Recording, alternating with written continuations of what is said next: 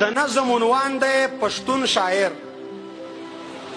وای پرون لیلا داسې په چلول کې ګیله کوله، پرون لیلا داسې په چلول کې ګیله کوله، ویلې خفه نه شې څه داسې یې کیسه کوله چې ته شاعر یې او د مینې کیسې نه پېژنې، د محبت شنې سترې رنګینې کیسې نه پېژنې. چیرې یوه ورځ خو د زما شنکي خالونه یاد کا، یا مې چشمان یا مې د سرو شونډو سرونه یاد کا، یا مې د تورو زلفو ول په ول تارونه یاد کا، یا خو مې چیرې د بنګړو ډک مړوندونه یاد کا. چیرې یوه دوې کیسې زما په تور وربل ولیکه، یو دوه زما په دې نارې غاړه غزل ولیکه چې زه ډډه شم چې په ما پورې سندرې لیکي، زما د سپینې خولې وړې وړې خبرې لیکي چې کله وستایې زما د مخ سرخي لالیا، بیا دې منمه هر یو شعر او شاعري لالیا.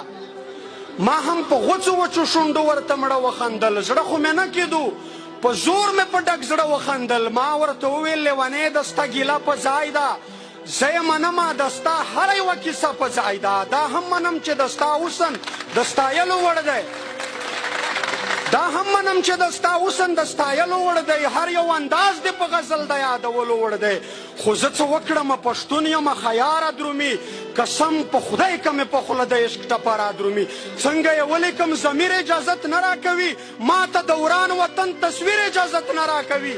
چې شنه خالونه لیکم شنه لوګي بارود را یاد شي، هغه د کلي په جومات د بمبار دود را یاد شي.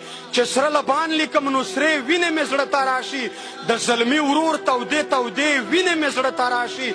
هغه د پلار په مخ پرتې وینې مې زړه ته راشي، هغه د مور په سر چې تلې وینې مې زړه ته راشي. نه نه نو زه به څنګه ستا په مخ سرخي یادوم، په مخ پرتې خاورې د خوار یتیم بچي یادوم.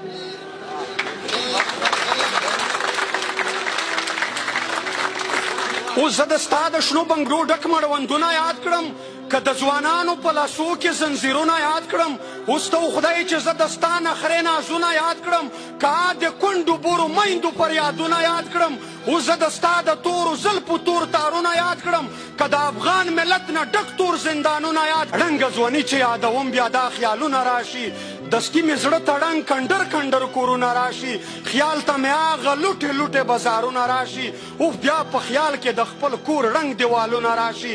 زمونږ په لر او بر افغان کې یمتونه جوړ دي، په هر یو کلي یو هر کور کې متمونه جوړ دي. مونږ خو په یوه ورځ کې له سلو زیات قبرونه جوړ دي، له جنازو نه مو سم لوی لوی کتارونه جوړ دي.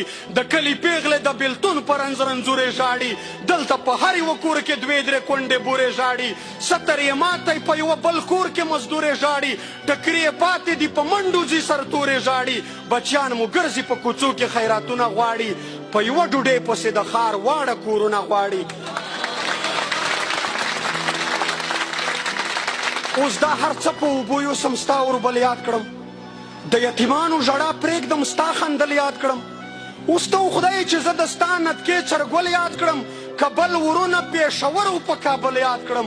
څنګه د ځوانانو په لاشونو باندې خپې واړوم، څنګه په دې سویو اندامونو باندې خپې واړوم. ما ته د خپلو شهیدانو وینې زور راکوي، د خړ کمر شهیدان پل په پل پیغور راکوي. چې د شهید ارمان چې د شهید ارمان د قبر تصویرونه وینم، چې د مرکۍ په دعاو چت لاسونه وینم، نو په دې خپلې بېوسۍ په چغو چغو ژاړم. د پښتون قام په بربادۍ په چغو چغو ژاړم. لا خو مې ارتې تڼۍ واړه دشمنان ګرځي، زه ورته ګورم د نقیب تور قاتلان ګرځي. ما د طاهر د وړ د سوي بدن پور وانخیست، ما له تر نن بدل د ګران هارون بېلور وانخیست. ما له د خپل قام ننګیالي ځوانان ګټلي نه دي، ما د عارف غوندې تنکي ځوانان ګټلي نه دي. لیلا ما وبخښه خالونه وربل څنګه یاد کړم، لیلا ما وبخښه خالونه وربل څنګه یاد کړم. ستا نری غاړه سرې ورشنډې چرګل څنګه یاد کړم. تر څو چې وانخلم د دغو شهیدانو بدل، د کونډو بورو ځورېدلو یتیمانو بدل. تر څو چې ونه کړم تپوس د نړېدلي وطن، د باروتو په ور وړي ته وسوځېدلي وطن. زه مې چې بیرته خپل غیرت و ایمان ونه ګټم، تر څو چې هغه حلال شوي مشران ونه ګټم. زما نه مه کوه لیلا د شنو خالونو تمه، د ستا په حسن د غزلو او شعرونو تمه. بیا لیلا سوړ سپیلی وکړ، بیا یې دا وویل په عاجزي یې غرې ونیولې په ژړا وویل چې اوف ما ماف که ګیلې بس که ګیلمنه یاره.